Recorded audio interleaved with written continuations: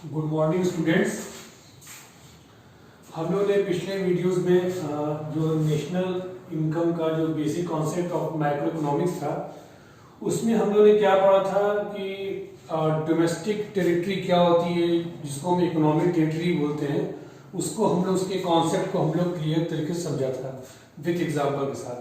आज हम उससे आगे एक नया टॉपिक हम स्टार्ट करते हैं कि नॉर्मल रेसिडेंट क्या होता है।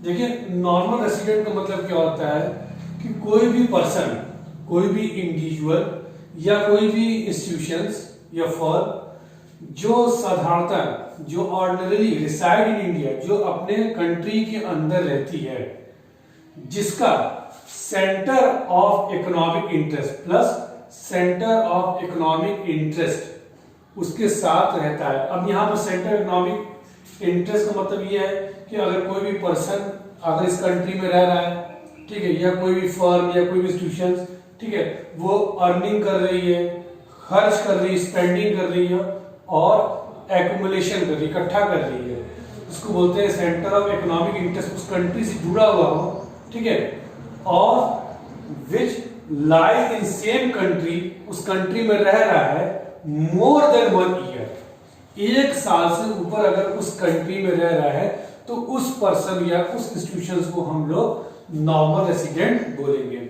इसमें एक बहुत ही इंपॉर्टेंट पॉइंट की बात यह है कि इसमें एक चीज लिखा है कि मोर देन 1 ईयर की बात यहाँ पर है कि अगर मान ली कोई पर्सन किसी कंट्री में जाती है, कोई मान ली कोई इंडिविजुअल बंदा है, वो किसी दूसरे कंट्री में जाता है और वो 6 महीना 7 महीना 8 महीना काम करके वापस आता है, तो वो उस कंट्री का नॉर्मल रेसिडेंट नहीं कहलाएगा। अगर कोई पर्सन किसी कंट्री में चला जाता है, अगर मान लीजिए अगर मैं दुबई चला गया या आपके किसी दूसरे कंट्री में चला गया, ठीक है, और वहां पर अगर मैं काम कर रहा हूं 1 साल से ऊपर काम कर रहा हूं, क्यों? अगर मान ली मेरा economic interest, earning, spending, accumulation वहां पर हो रहा है मोर देन 1 ईयर, तो मैं उस कंट्री का मतलब दुबई का मैं नॉर्मल रेसिडेंट कहलाऊंगा। तो एक तरह नॉर्मल रेसिडेंट की डेफिनेशन ये है कि कोई भी इंडिविजुअल या कोई इंस्टीट्यूशन वो ऑर्डिनरी रिसाइड इंडिया, मतलब कि साधारणतः तौर पर वो इंडिया में रह रहा है, जिसका इकोनॉमिक इंटरेस्ट उस कंट्री से जुड़ा हुआ, मतलब वो अर्निंग कर रहा है, खर्च कर रहा है, स्पेंडिंग कर रहा है और एक्यूमुलेशन इकट्ठा कर रहा है, और live in same country more than 1 year, ठीक है, 1 साल से ऊपर रह रहा है, इसको क्या बोलते हैं हम लोग? नॉर्मल रेसिडेंट ऑफ कंट्री बोलते हैं।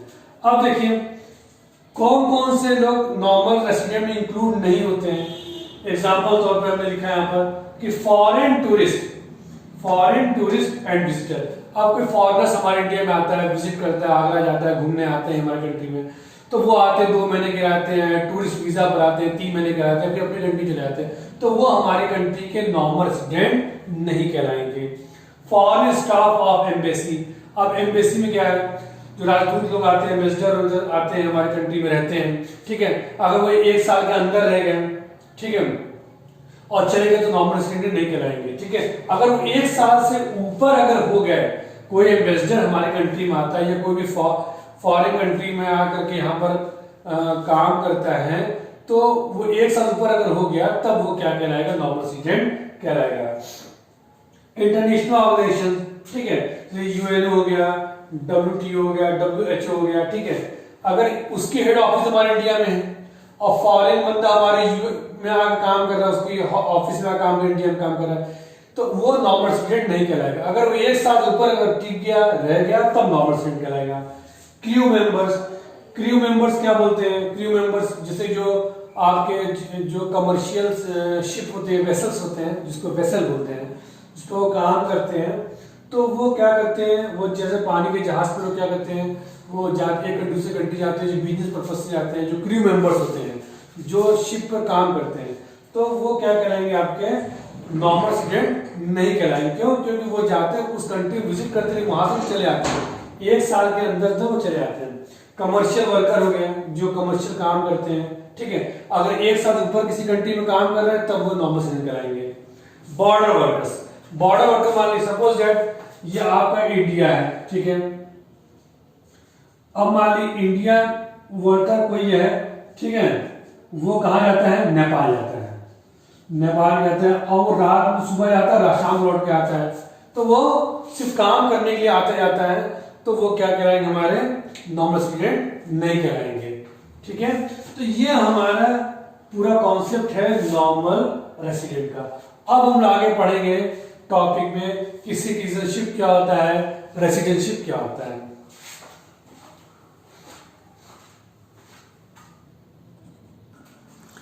चलिए स्टूडेंट, अब हम लोग स्टार्ट करते हैं कि नेक्स्ट टॉपिक क्या हमारा, सिटीजनशिप क्या है हमारा और रेसिडेंटशिप क्या है। सिटीजनशिप क्या हमारा और रेसिडेंटशिप क्या होता है। देखिए सिटीजनशिप क्या होता है, नागरिकता, जिसको आप लोगों ने सुना होगा नागरिकता क्या होती है। तो जैसे मान लीजिए कोई पर्सन किसी कंट्री में अगर बाय बर्थ बॉर्न होता है, बाय बर्थ बॉर्न होता है उस कंट्री में, ऑटोमेटिक उस कंट्री को उसकी सिटीजनशिप मिल जाती है। ठीक है, मतलब कि कह सकते हैं कि it is legally attend citizenship. अगर कोई बंदा किसी कंट्री में अगर वो पैदा हो गया तो वो उस कंट्री का उसको सिटीजनशिप मिल जाती है।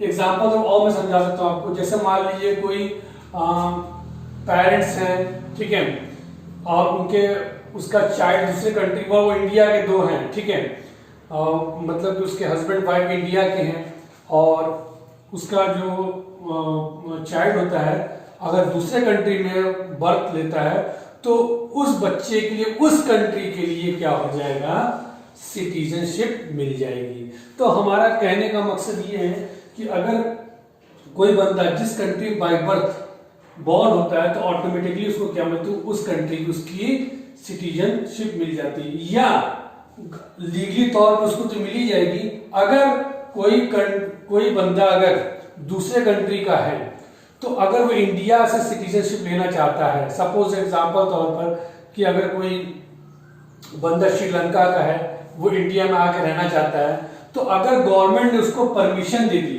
बाय लीगली अटेन सिटीजनशिप, मतलब कानूनी तौर पर अगर गवर्नमेंट ने उसको परमिशन दे दिया तब हम उसको सिटीजनशिप की नागरिकता मिल जाएगी। तो ये हमारा कॉन्सेप्ट क्या है, सिटीजनशिप।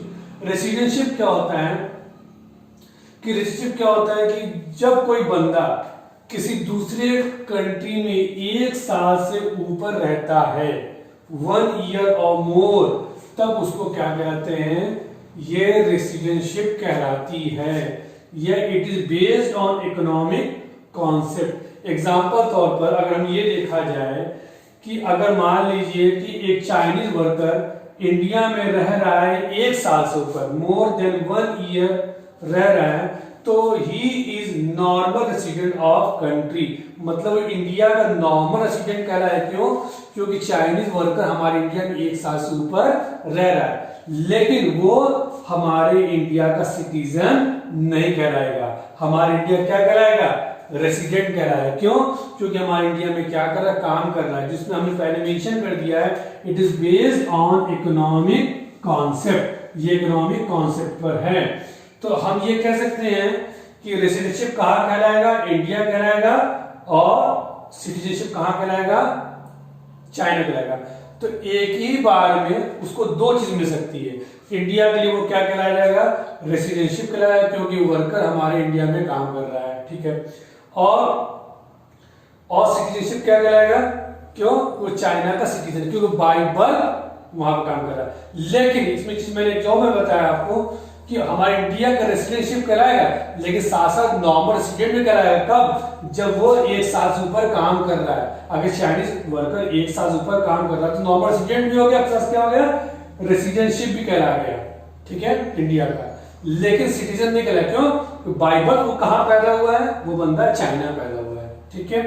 तो ये 2 कंडीशन हमारी हो सकती है रेसिडेंटशिप में, कि एक बार में वो रेसिडेंटशिप भी कहलाए और एक बार में वो अपनी कंट्री का सिटीजन कहलाए। तो ये हमारा कॉन्सेप्ट क्या था, सिटीजनशिप था और रेसिडेंटशिप था। अब हम नया टॉपिक पढ़ेंगे इसमें हम लोग कि फैक्टर इनकम और ट्रांसफर इनकम क्या है।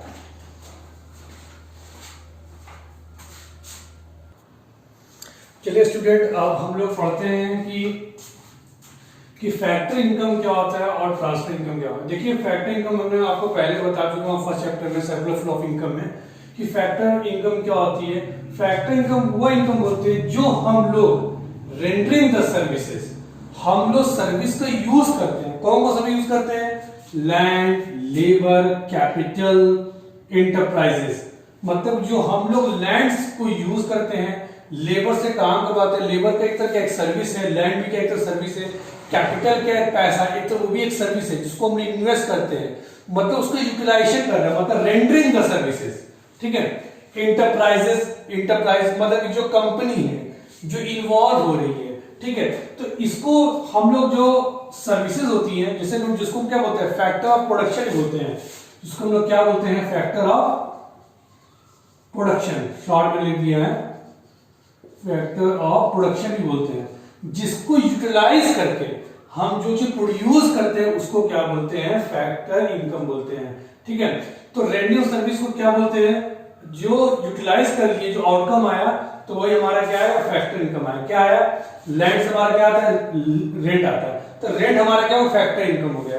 लेबर से हमारा क्या आता है? वेजेस, वेजेस भी हमारा क्या हो गया? फैक्टर इनकम हो गया। कैपिटल से हमारा क्या आता है? इंटरेस्ट, ये भी हमारा क्या हो गया? फैक्टर इनकम हो गया। इंटरप्राइजेस से मुझे क्या मिलेगा? प्रॉफिट, ये भी हमारे लिए क्या हो जाएगा? आपका फैक्टर इनकम हो जाएगा, जिसको हम पेमेंट ऑफ फैक्टर भी बोलते हैं। तो कंफ्यूज मत होइए, कभी बुक में लिखा होता है पेमेंट ऑफ फैक्टर और फैक्टर के बच्चे जनरली क्या होते हैं कि कंफ्यूज हो जाते हैं, तो आपको कंफ्यूज होने की जरूरत नहीं है। प्रोडक्शन ऑफ सर्विस कहीं लिखा होता है, कहेंगे प्रोडक्शन ऑफ फैक्टर सर्विस लिखा होता है कि प्रोडक्शन लिखा होता है, फैक्टर ऑफ प्रोडक्शन। तो दोनों में कंफ्यूज मत होइएगा, ठीक है। तो यही होता है कि फैक्टर इनकम क्या होता है? जो सर्विस को यूटिलाइज करके जो चीज आउटकम्स आता है हमारे निकल के आता है, वही हमारा फैक्टर इनकम कहलाता है। अब नेक्स्ट हमारा क्या है? Transfer income. ट्रांसफर इनकम क्या होता है कि देखिए, ट्रांसफर समझ में आ गई, इनकम जो हमारी ट्रांसफर हो रही है, तो without renting the services means no productive service, कोई प्रोडक्टिविटी नहीं हो रही। यहां पर क्या होता था? हम काम कर रहे हैं, कोई किसी के जरिए कुछ हो रहा है, हम उस सर्विस को यूटिलाइज करके पैसे निकाल रहे थे। यहां पर बिना कुछ किए जो पैसा मिल रहा है उसको बोलते हैं हम लोग ट्रांसफर इनकम। एग्जांपल तौर पर जैसे मान लीजिए ओल्ड एज पेंशन मिलती है लोगों को, ठीक है, नुकसान हो जाता है कोई जिस पर गवर्नमेंट पैसा देती है, ठीक है। जैसे आज के दौर में क्या है, जैसे आज कोरोना वायरस बहुत तेज इंडिया में फैला हुआ है, तो हमारे जितने भी मजदूर हैं, ठीक है, कहीं काम तो कर नहीं रहे हैं, सब फैक्ट्री इंडस्ट्री बंद है, तो गवर्नमेंट उनको क्या कर रही है? उनके खातों में, उनके अकाउंट में पैसा दे रही है। तो एक तरह क्या हो गया? वो एक तरह का फैक्टर आप सॉरी एक तरह का ट्रांसफर इनकम कहलाएगा, ठीक है। तो अब देखिए, ट्रांसफर इनकम दो टाइप के होते हैं। एक होता है हमारा करंट ट्रांसफर होता है, एक हमारा करंट ट्रांसफर होता है, एक होता है हमारा कैपिटल ट्रांसफर। करंट ट्रांसफर क्या होता है? करंट ट्रांसफर वो होता है जो गवर्नमेंट हमारी जो रेगुलर बेसिस पर पे करती है, ठीक है। जैसे मान लीजिए डी होता है, मतलब कि बेरोजगारी भत्ता, जिसको डीएल अलाउंस बोलते हैं, ठीक है, अनएम्प्लॉयमेंट अलाउंस बोलते हैं इसको, ठीक है, वो गवर्नमेंट देती है, जो आजकल दे रही है। जो ओल्ड एज पेंशन, लोग रिटायर रहते हैं तो गवर्नमेंट को पैसा दे रही है, क्योंकि ये तो काम तो कर नहीं रहे हैं, ये रिटायर हो गए, तो एक तरह क्या है? ये ट्रांसफर इनकम है, जो क्या जिसमें कोई प्रोडक्टिविटी तो है नहीं, तो ये क्या तरह हो गया? Transfer income. ट्रांसफर इनकम कौन सा पार्ट हो गया? करंट ट्रांसफर, ठीक है। आप गिफ्ट बहुत से मिलते हैं, वन साइडेड, ठीक है। तो ये तरह की क्या, एक तरह का ये करंट ट्रांसफर, जिसको हम यूनिलेटरल होते हैं, यूनिलेटरल होते हैं एक तरफा। और जो हमारा पेमेंट फैक्टर में क्या होता था? वो बायलेटरल होता था, कि हमने सर्विस दिया तब मुझे इसके पैसा मिला। और यहाँ पर क्या है? यूनिलेटरल। यूनिलेटरल मतलब one side, single side, government आपको कुछ दे रही है, उससे आपसे कुछ काम तो करवाया नहीं, आपको फ्री में दे रही है। नेक्स्ट, कैपिटल ट्रांसफर क्या होता है? कैपिटल ट्रांसफर क्या होता है? गवर्नमेंट क्या करती है? कभी किसी फैक्ट्री कंपनी कभी नुकसान हो जाता है तो गवर्नमेंट क्या करती है? इन्वेस्टमेंट ग्रांट करती है, चलो इतना इन्वेस्टमेंट कर रहे हैं, इतना पैसा लगा रहे हैं, ताकि जो हमारी इकोनॉमिक एक्टिविटी इंप्रूव हो सके। कैपिटल गेन टैक्स देती है, गवर्नमेंट देती है, ताकि जो टैक्स जो कैपिटल है उसको मेंटेन किया जा सके, ठीक है। वॉर डैमेजेस, वॉर डैमेज मतलब क्या होता है? जैसे गवर्नमेंट के प्रति, जैसे एक कंट्री से कंट्री में वॉर हुई तो आपका नुकसान हो गया, फ्लड आ गया, बाढ़ आ गई, सुनामी आ गया, उसमें किसी का नुकसान हो गया, तो गवर्नमेंट क्या करती है? वो पैसे देती है, जिसको एक बार देती है, जिसको बोलते हैं कैपिटल ट्रांसफर होती है। जो कैपिटल एक बार पूरी नुकसान हो गया तो गवर्नमेंट उसको क्या कर दिया? दे दिया। तो ये हमारा ओवरऑल कॉन्सेप्ट था हमारा ट्रांसफर इनकम का। होप सो आपको समझ में आया होगा, ठीक है। अगर कोई चीज दिक्कत होगी तो आप मुझे, अब मैंने अपना व्हाट्सएप नंबर दे दिया है, आपको कोई क्वेरीज करना हो उस पर आप पूछ सकते हैं, ठीक है। चलिए, आज के लिए इतना ही वीडियो काफी है। नेक्स्ट टाइम हम लोग इसमें पढ़ेंगे कि फाइनल गुड्स क्या होता है, हमारा इंटरमीडिएट गुड्स क्या होता है।